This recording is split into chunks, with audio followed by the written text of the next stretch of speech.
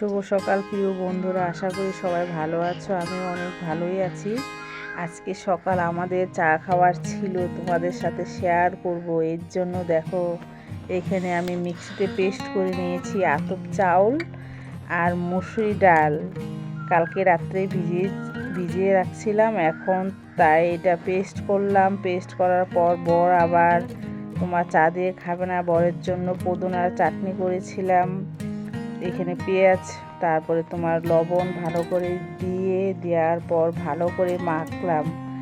দেখো চটকে মেখেছি। মাখার পর কড়াইটা গরম হয়েছে। গরম করার পর এখানে দিলাম। অল্প অল্প হাতে গরম লাগতেছিল, তবুও করলাম। আমি আগে এরকম তোমার আটা আর সুজি দিয়ে করেছি, এবার ফার্স্ট তোমার মসুরির ডাল আর চাল দিয়ে করলাম। এত সুন্দর করে যে হবে আমি কোনো ভাবতেই পারিনি। কি সুন্দর দেখো উঠে গেল, দেখতেই ভাল লাগতেছে কিন্তু না, এত সুন্দর হয়েছিল, খেতেও খুব টেস্ট হয়েছিল। এই যে দেখো এখানে করলাম। আমার জন্য করেছিলাম চা, আর বরের জন্য ছিল পুদিনার চাটনি। পুদিনার মধ্যে হলে আবার টক দিতে হয়, টকের মধ্যে ছিল তোমার লেবু, এর জন্য দিয়েছি লেবু।